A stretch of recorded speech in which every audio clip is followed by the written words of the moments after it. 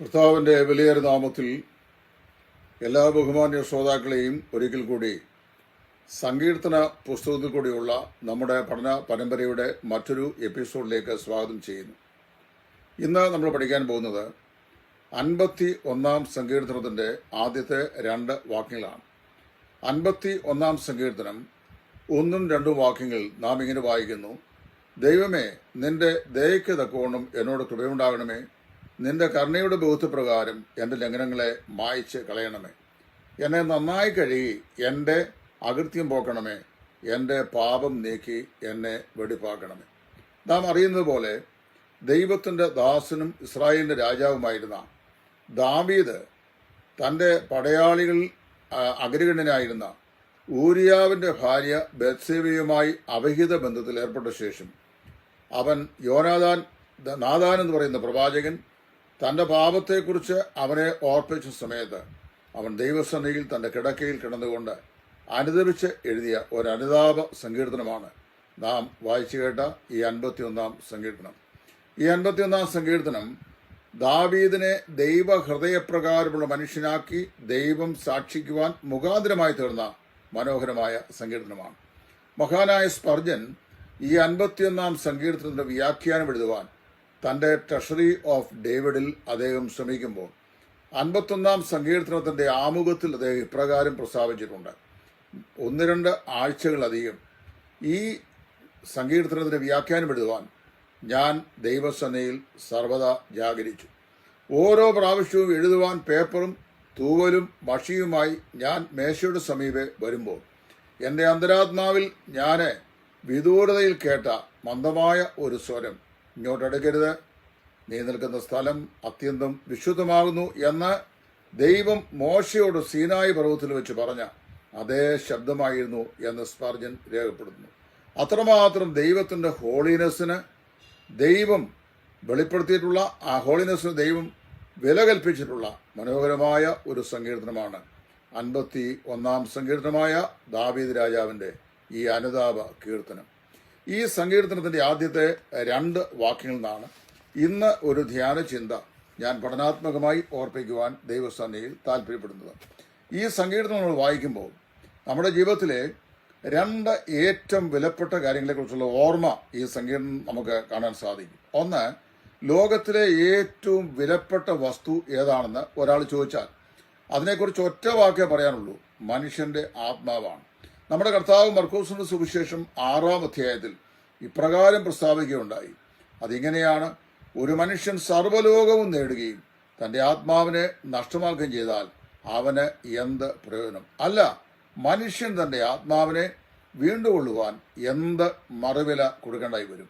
ഈ വാക്യം വായിച്ചാൽ നമുക്ക് മനസ്സിലാക്കാൻ കഴിയും, ലോകത്തിലെ ഏറ്റവും വിലപിടിപ്പുള്ളത് പൊന്നല്ല, വെള്ളിയല്ല, വിലയേറിയ വസ്ത്രങ്ങളല്ല, വജ്രമല്ല, പിന്നെ നവരത്നങ്ങളല്ല, തങ്കമല്ല, പൊന്നല്ല, വസ്തു സമ്പാദനമല്ല, യാതൊന്നുമല്ല. ലോകത്തിലെ ഏറ്റവും വിലപ്പെട്ട വസ്തു മനുഷ്യരിൽ ദൈവം സൃഷ്ടിച്ച ദൈവത്തിൻ്റെ ആത്മാവാണ്. ആ മനുഷ്യന്റെ ആത്മാവ്, അതിൻ്റെ വില എന്താണെന്നുള്ളത് കാൽവറിയിലെ ക്രൂശിൽ കർത്താവിൻ്റെ മരണത്തിൽ നമുക്ക് കാണാൻ കഴിയും. കാരണം ലോകത്തിലെ ഏറ്റവും വിലപ്പെട്ട മനുഷ്യന്റെ ആത്മാവിന് വേണ്ടി ദൈവം കൊടുത്ത മറുവിലയാണ് തൻ്റെ പുത്രനായ യേശു ക്രിസ്തുവിന്റെ നിയമരക്തം. ആ രക്തം വായിക്കുന്നു, കർത്താവ് ആ രക്തം മറുവിലയായി കൊടുത്താണ് മനുഷ്യന്റെ ആത്മാവിനെ വിലയ്ക്ക് വാങ്ങിയത്. പാപം നമ്മുടെ ജീവിതത്തിൽ വരുത്തി വയ്ക്കുന്ന ഭയാനകമായ അപകടങ്ങൾ എന്തൊക്കെയാണ് എന്നുള്ളതും ഈ 51 സങ്കീർത്തനത്തിൽ നമുക്ക് കാണുവാനായി സാധിക്കുന്നു. ദാവീദ് ഈ തരത്തിൽപ്പെട്ട ഒരു മഹാപാപം ദൈവസ്ഥലിൽ ചെയ്യുന്നതിന് മുമ്പ് അവൻ ദൈവത്തിന്റെ സ്നേഹിതൻ എന്ന നിലയിലാണ് അറിയപ്പെട്ടത്. മാത്രമല്ല, നേരുള്ള ഹൃദയം ഉള്ളവനായി. അവനെ സംബന്ധിച്ച് സങ്കീർത്തനത്തിന്റെ മറ്റൊരു ഭാഗത്ത് അവൻ തന്നെ പറയുന്നുണ്ട്: നീ രാത്രികാലങ്ങളിൽ എൻ്റെ കിടക്കയിൽ എന്നെ നീ ശോധന ചെയ്തു, ദുരുദ്ദേശമൊന്നും കണ്ടെത്തിയതുമില്ല എന്ന് ദൈവം തന്നെക്കുറിച്ച് സാക്ഷിക്കുന്നതായി പറയുന്നു. അപ്പോൾ ദൈവത്തിന്റെ സ്നേഹിതനായിരുന്നു, നേരോടെ നടക്കുന്ന ആളായിരുന്നു. 3, തൻ്റെ ലക്ഷ്യത്തിലേക്ക് കൊതിക്കുവാൻ എല്ലായ്പ്പോഴും താല്പര്യപ്പെടുന്ന ഒരു വ്യക്തിയായിരുന്നു. അപ്പോൾ നാം വായിക്കുന്നത്, പാപം ചെയ്യുന്നതിന് മുമ്പ് ദാവീദിന്റെ അവസ്ഥ: ദൈവസന്നിധിയിൽ നേരുള്ളവൻ, ദൈവത്തിന്റെ ഉറ്റ സ്നേഹിതൻ, ലക്ഷ്യത്തിലേക്ക് എത്തിച്ചേരുവാൻ യാത്ര ചെയ്യുന്ന ആൾ. എന്നാൽ ദാവീദ് പാപം ചെയ്തു കഴിഞ്ഞപ്പോൾ വാസ്തവത്തിൽ അവൻ ആരായി മാറി? വക്രഹൃദയനും ദൈവത്തോട് മത്സരിക്കുന്നവനുമായി മാറി. ലക്ഷ്യത്തിൽ നിന്ന് അവൻ വഴുതി മാറുന്നതായി നമ്മൾ വായിക്കുന്നു. അപ്പോൾ ദൈവസേനയിൽ പാപം ചെയ്തു കഴിഞ്ഞപ്പോൾ അവൻ വക്രഹൃദയനായി മാറി, മത്സരിയായി മാറി, ലക്ഷ്യത്തിൽ നിന്ന് വഴുതി മാറുന്നവനായി തീർന്നു.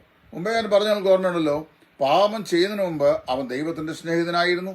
അവന് നേരെ നടക്കുന്ന ജീവിത രീതിയും ഹൃദയമുള്ളവനായിരുന്നു. അവന് ലക്ഷ്യത്തിലേക്ക് കുതിക്കുന്നവനായിരുന്നു.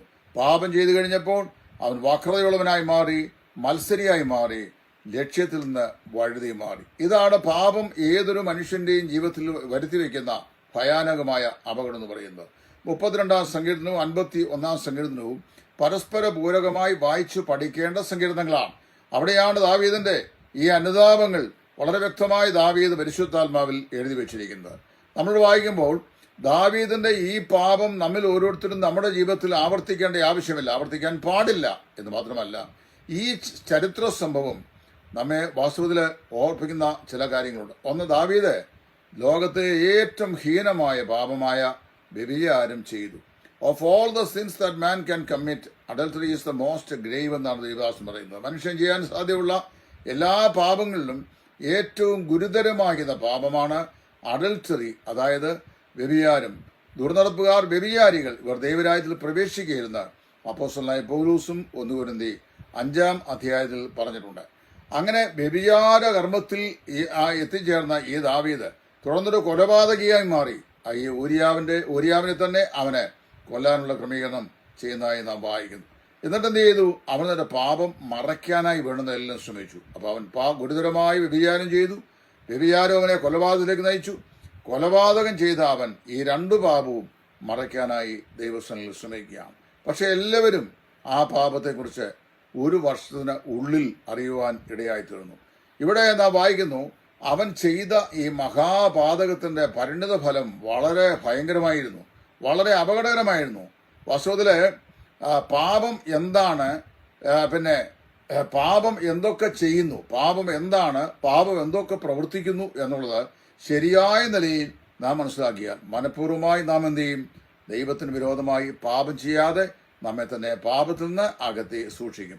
എന്നാൽ നമ്മൾ വാസ്തവത്തില് ഇവിടെ വായിക്കുന്ന പാപത്തിലേക്ക് അവൻ വീണുപോയി. കരുതിക്കൂട്ടി തന്നെ ചെയ്തു എന്ന് പറയാം. അലാപത്തവശാൽ സംഭവിച്ചല്ല. കാരണം എല്ലാവരും പടയിലേക്ക് പോകുമ്പോൾ രാജാവാണ് പട നയിക്കേണ്ടത്. എന്നാൽ യോവാബിനെ പടയേൽപ്പിച്ച ശേഷം അന്ന് ദാവീദിന്റെ അരമനയിൽ തങ്ങി. അവിടെയാണ് ഈ അപകടകരമായ പാപത്തിലേക്ക് അവൻ വഴുതി വീഴുവാൻ ഇടയാറ്റുന്നത്. Sin is a process according to Bible. Bible പ്രകാരം പാപം എന്ന് പറയുന്നത് ഒരു തുടർക്കഥയാണ്. ദാവീദ് 3 പ്രത്യേക പദപ്രയോഗങ്ങൾ അവൻ ചെയ്ത പാപത്തെ സൂചിപ്പിക്കാനായിട്ട് ഈ സങ്കീർത്തന ഭാഗത്ത് പറഞ്ഞു. ആദ്യത്തെ 2 വാക്യങ്ങളിൽ ദാവീദ് 3 പദങ്ങൾ താൻ ചെയ്ത പാപത്തിന് ഉപയോഗിച്ചിട്ടുണ്ട്. ഒന്ന്, നമ്പർ 1 ട്രാൻസ്ഗ്രഷൻ, അതായത് ലംഘനം. എന്റെ ലംഘനം എന്നാ പറയുന്നത്.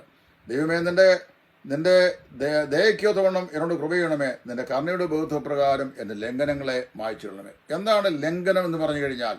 അതിർവരമ്പുകളെ മനഃപൂർവ്വമായി മറികടക്കുകയാണ്. അതായത് ദൈവം വെച്ചിട്ടുള്ള പ്രമാണങ്ങളുടെ അതിരുകളെ മനഃപൂർവ്വമായി മറികടക്കുന്നത് ലംഘനമാണ്. ദൈവം വെച്ചിട്ടുള്ള അനുസരിക്കാൻ നൽകിയിട്ടുള്ള എല്ലാ ദൈവകൽപ്പനകളെയും പ്രത്യക്ഷമായോ പരോക്ഷമായോ ഒരു ദൈവപൈതൽ അതിനെ മറികടക്കുമ്പോൾ അതിനെ ലംഘനം എന്ന് പറയാറുണ്ട്. ഗവൺമെന്റ് പ്രോപ്പർട്ടികളുടെ ചില ഏരിയകളിൽ നമുക്ക് സാധാരണ പൗരന്മാർക്ക് അവിടെ പ്രവേശമില്ല.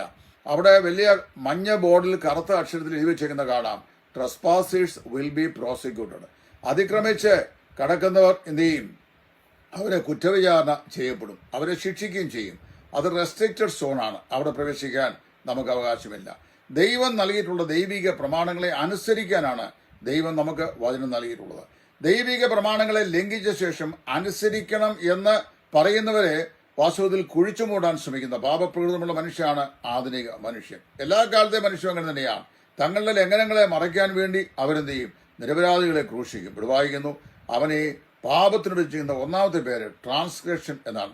That means refers to rebellion against God. ദൈവത്തോടുള്ള മത്സരത്തെയാണ് ലംഘനം എന്ന് പറയുന്നത്. കടക്കരുത് എന്ന് ദൈവം പറയുന്നിടത്ത് മനുഷ്യൻ കടക്കുന്നു, അത് ദൈവത്തോടുള്ള മത്സരമാണ്. ചെയ്യരുത് എന്ന് ദൈവം കൽപ്പിച്ചതിനെ മനുഷ്യൻ ചെയ്യുന്നു, അത് ദൈവത്തോടുള്ള ലംഘനമാണ്. 2ാമത് വരുന്ന വാക്ക്, എന്റെ ലംഘനങ്ങളെ മായ്ച്ചിടണമേ, പിന്നെ നന്നായി കഴുകി എന്റെ അകൃത്യം പോക്കണമേ. ഇനീക്വിറ്റി 2ാമത്തെ പദമാണ് പാപത്തിൽ ദൈവം ഉപയോഗിക്കുന്ന ഇനീക്വിറ്റി എന്ന വാക്ക്. എന്ന് പറഞ്ഞാൽ അകൃത്യം എന്നാണ് അതിന്റെ അർത്ഥം. Conveys the crookedness of the sinner, അതായത് ഒരു പാപിയുടെ വക്ര ഹൃദയം, ഹൃദയത്തിന്റെ വക്രത എന്താണെന്നാണ് ഇനിക്വിറ്റി, അതായത് അവിടെ പറയപ്പെട്ടിരിക്കുന്ന ഈ അകൃത്യം എന്ന വാക്ക് നമ്മെ ഓർപ്പിക്കുന്നു. മൂന്നാമത്തെ പദപ്രയോഗം എന്ന് പറയുന്നത് അവിടെ പറയപ്പെട്ടിരിക്കുന്നത് വളരെ വ്യക്തമായി പറയുന്നത് പാപം എന്നാണ്. എൻ്റെ ലംഘനങ്ങളെ എന്നോട് ക്ഷമിക്കണമേ, എൻ്റെ അകൃത്യം എന്ത് ചെയ്യണം, എന്നോട് പോക്കണമേ, എൻ്റെ പാപം നീക്കി എന്നെ എന്ത് ചെയ്യണമേ, വെടിപ്പാക്കണമേ. പാപം, അപ്പൊ ലംഘനം, അകൃത്യം, പാപം എന്നിങ്ങനെ 3 പദപ്രയോഗങ്ങളാണ് ഇവിടെ ദാവീദ് ഈ പാപത്തിന് ഉപയോഗിച്ചത്. പാപം എന്ന് പറയുന്നത് മിസ്സിംഗ് ദി മാർക്കാണ്. യാതൊരു ലക്ഷ്യത്തിലേക്ക് എത്തിച്ചേരുവാൻ നാം ആഗ്രഹിക്കുന്നുവോ ആ ലക്ഷ്യത്തിൽ നിന്ന് വഴുതി തെറ്റായ ഇടങ്ങളിൽ ചെന്ന് പതിക്കുന്നതിനെയാണ് പാപം എന്ന് പറയുന്നത്. മിസ്സിംഗ് ദ മാർക്ക്, ലക്ഷ്യത്തിൽ നിന്ന് വഴുതി മാറുന്നതിനെ പാപം എന്ന് പറയുന്നു. ദാവീദ് ലംഘനക്കാരനായി അവിടെ വായിക്കുന്നത് ദൈവത്തോട് മത്സരിച്ചു. അകൃത്യം ചെയ്തവനായി അവൻ വക്രത ഹൃദയം ഉള്ളവനായിരുന്നു. മുമ്പേ അവൻ നേരുള്ള ഹൃദയമുള്ളവനായിരുന്നു. ഇപ്പോഴാകട്ടെ പാപം അവന് ലക്ഷ്യബോധത്തിൽ നിന്ന് അവനെ മാറ്റിക്കളഞ്ഞു. ദാവീദ് 3 ക്രിയാപദങ്ങളും തനിക്ക് ലഭിച്ച ഫൊർഗീവ്നെസ്, അതായത് പാപ ക്ഷമയോട് ബന്ധത്തോട് ഉപയോഗിച്ചിട്ടുണ്ട്. 1 ബ്ലോട്ട് ഔട്ട്, എൻ്റെ ലംഘനങ്ങളെ എന്ത് ചെയ്യണമേ, മായ്ച്ചു കളയണമേ. ബ്ലോട്ട് ഔട്ട്, നമുക്ക് വിരോധമായി എഴുതിയിരിക്കുന്ന കൈയെഴുത്ത് അല്ലെങ്കിൽ വിധിയെഴുത്ത് അതിനെ മായ്ച്ചു കളയുക. നമ്മൾ കൊലോസ്യർ 3:14 വായിക്കുമ്പോൾ അപ്പോസ്തലനായ പൗലോസ് പറയുന്നു, നമുക്ക് വിരോധമായി എഴുതിയിരുന്ന വിധിയെഴുത്ത്, അതായത് വിരോധവും പ്രതികൂലമായി എഴുതിയിരുന്ന വിധിയെഴുത്തിനെ കർത്താവ് ക്രൂശിൽ വെച്ച് മായ്ച്ചു കളഞ്ഞു. അവന്റെ പുത്രനായ യേശുവിന്റെ രക്തം സകല പാപവും പോക്കി നമ്മെ ശുദ്ധീകരിക്കുന്നു. ഒരു മനുഷ്യന്റെ നേരെ പാപം നിമിത്തം, ലംഘന നിമിത്തം, അകൃത്യ നിമിത്തം ദൈവം അവന് വിരോധമായി എഴുതിയിരിക്കുന്ന വിധിയെഴുത്തിനെ മായ്ക്കുവാൻ ലോകത്തിൽ ആർക്കും ഒരിക്കലും സാധിക്കത്തില്ല. യിരെമ്യാ പ്രവാചകൻ പറയുമ്പോൾ, യഹൂദയുടെ പാപം ഇരുമ്പെഴുത്താണി കൊണ്ടും വജ്രത്തിന്റെ മുന കൊണ്ടും അവരുടെ യാഗപീഠത്തിന്റെ കൊമ്പുകളിന്മേൽ എഴുതപ്പെട്ടിരിക്കുന്നു എന്ന് പറയുന്നു. വാസ്തവത്തിൽ യഹൂദന് യാഗമർപ്പിക്കാനായി യാഗമുഖമായി ആ യാഗപീഠത്തിന് സമീപം ചെല്ലുമ്പോൾ അവന്റെ പാപത്തെ ഇരുമ്പെഴുത്താണി കൊണ്ട് വജ്രമുന കൊണ്ട് യാഗപീഠത്തിന്റെ കൊമ്പുകളിൽ തെളിവായി എഴുതിയിരിക്കുകയാണ്. നിങ്ങൾക്കറിയാമല്ലോ, അഭിഷക്തനായ മഹാപുരോഹിതൻ പാപയാഗം അർപ്പിക്കുന്ന ദിവസം കഴുത്തറത്ത യാഗമൃഗത്തിന്റെ രക്തം ഒരു തളികയിലെടുത്ത് തന്റെ കൈവിരൽ അതെടുത്ത ശേഷം ഈ യാഗപീഠത്തിന്റെ കൊമ്പുകളിന്മേൽ പുരട്ടുമ്പോൾ നാം വായിക്കുന്നു, അവന് വിരോധമായി ഇരുമ്പെഴുത്താണി കൊണ്ട് വജ്രമുന കൊണ്ട് എഴുതപ്പെട്ട പാപം രക്തത്താൽ മായ്ക്കപ്പെടുന്നു. അതാണ് ന്യായപ്രമാണ പ്രകാരം ഏകദേശം സകലവും രക്തത്താൽ ശുദ്ധീകരിക്കപ്പെടും എന്ന് പറയുന്നു.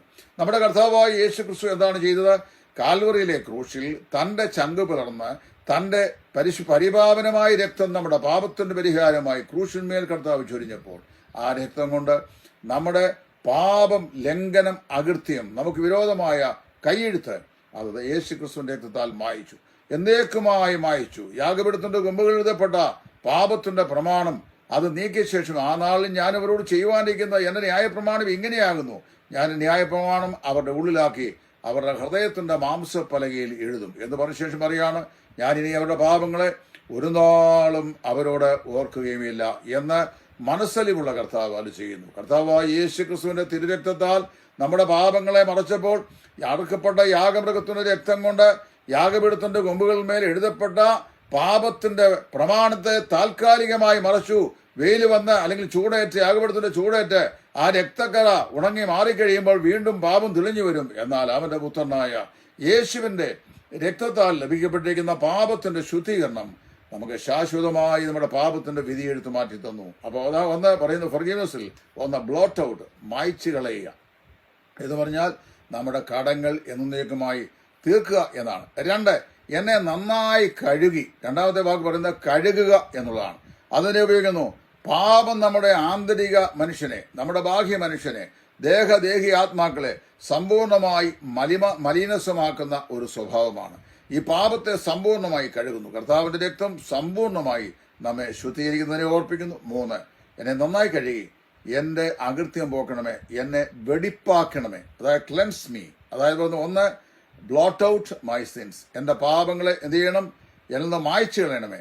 2 വാഷ് അവേ മൈ സിൻസ്, അവയെ കഴുകിക്കളയണമേ. 3 ക്ലെൻസ് മീ കംപ്ലീറ്റ്ലി, എന്നെ സമ്പൂർണമായി വെടിപ്പാക്കണമേ, ശുദ്ധീകരിക്കണമേ. പാപിയായ മനുഷ്യൻ ഒരു കുഷ്ഠരോഗിക്ക് സമാനമാണ്. ലേവ്യ പുസ്തകം 13-14 അധ്യായങ്ങളിൽ കുഷ്ഠരോഗിയെയും കുഷ്ഠരോഗിയുടെ ശുദ്ധീകരണത്തെ സംബന്ധിച്ചുള്ള മോശയിക പ്രമാണം ദൈവം നൽകിയത് നമ്മൾ രേഖപ്പെടുത്തി വായിക്കുന്നുണ്ട്. ഒരു കുഷ്ഠരോഗിയെ പോലെയാണ് അവന്റെ പാർക്കുന്ന സ്ഥലം മുഴുവൻ കുഷ്ഠത്താൽ ബാധിതം, അവന്റെ ശരീരം മുഴുവൻ കുഷ്ഠത്താൽ ബാധിതം. അവൻ സമ്പൂർണ്ണമായി മലിനനും വികൃതനുമാണ്. അവനെ പാളയത്തിന് പുറത്ത് അടച്ചിടപ്പെടുന്നവനാണ്. എന്നാൽ കർത്താവിന്റെ രക്തം നമ്മുടെ മേൽ വിശ്വാസത്താൽ പുരട്ടിക്കഴിഞ്ഞപ്പോൾ എന്ത് സംഭവിച്ചു? നമ്മുടെ പാപത്തിന്റെ കറകൾ അത് എന്നേക്കുമായി മായ്ക്കപ്പെട്ടു. നമ്മുടെ പാപത്തിന്റെ അശുദ്ധി എന്നേക്കുമായി കഴുകിക്കളയപ്പെട്ടു. നമ്മുടെ അശുദ്ധി പൂണ്ട ഹൃദയം പൂർണ്ണമായും യേശു ക്രിസ്തുവിന്റെ രക്തത്താൽ ശുദ്ധം ആക്കപ്പെട്ടു. പ്രിയപ്പെട്ടവരെ, ദൈവത്തിന്റെ വചനത്തിൽ ഇവിടെ നമ്മൾ പറയുകയാണ്, ദാവീദിന്റെ ഈ ഭയാനകമായ പാപം, ആ പാപത്തിന്റെ ഭയാനകതയിൽ അവൻ ദൈവത്തോട് പ്രാർത്ഥിച്ചു, എന്റെ ലംഘനങ്ങൾ, എന്റെ അകൃത്യങ്ങൾ, എന്റെ പാപം അത് നീക്കണമേ എന്ന് പറഞ്ഞു. ദൈവം അവനോട് ക്ഷമിച്ചു കഴിഞ്ഞപ്പോൾ 3 പദപ്രയോഗങ്ങൾ പറയുകയാണ്. ഒന്ന്, blot out, wash and cleanse. പ്രിയപ്പെട്ടവരെ, നാം പാപത്തിന്റെ വശീകരണത്തിനും മോഹവലയങ്ങൾക്കും അധീനരായി പാപം ചെയ്യുന്നതിന് മുമ്പ് ദാവീദിന് പാപം വരുത്തിയ ഡാമേജസ്, അതായത് നഷ്ടങ്ങൾ എന്തൊക്കെയാണെന്ന് ഒന്ന് ശരിയായി ഈ വാക്യത്തിന്റെ പശ്ചാത്തലത്തിൽ ധ്യാനിച്ചു കഴിഞ്ഞാൽ പാപം അകന്ന് ദൈവസന്നിധിയിൽ കർത്താവിനെ ഭയപ്പെട്ട് വിശുദ്ധിയിൽ ജീവിക്കുവാൻ നമുക്ക് സാധിക്കും. ദൈവത്തിന്റെ പരിശുദ്ധാത്മാവ് ഈ അനുഗ്രഹിക്കപ്പെട്ട ചിന്തകൾ വിശുദ്ധ ജീവിതത്തിനുള്ള സമർപ്പണത്തിനായി നമ്മെ ശുദ്ധീകരിക്കുമാറാകട്ടെ എന്ന് പ്രാർത്ഥിച്ചുകൊണ്ട് നിങ്ങൾക്ക് നന്ദി പറഞ്ഞുകൊണ്ട് തൽക്കാലം നിർത്തുന്നു. ദൈവം ഏവരെയും അനുഗ്രഹിക്കുമാറാകട്ടെ.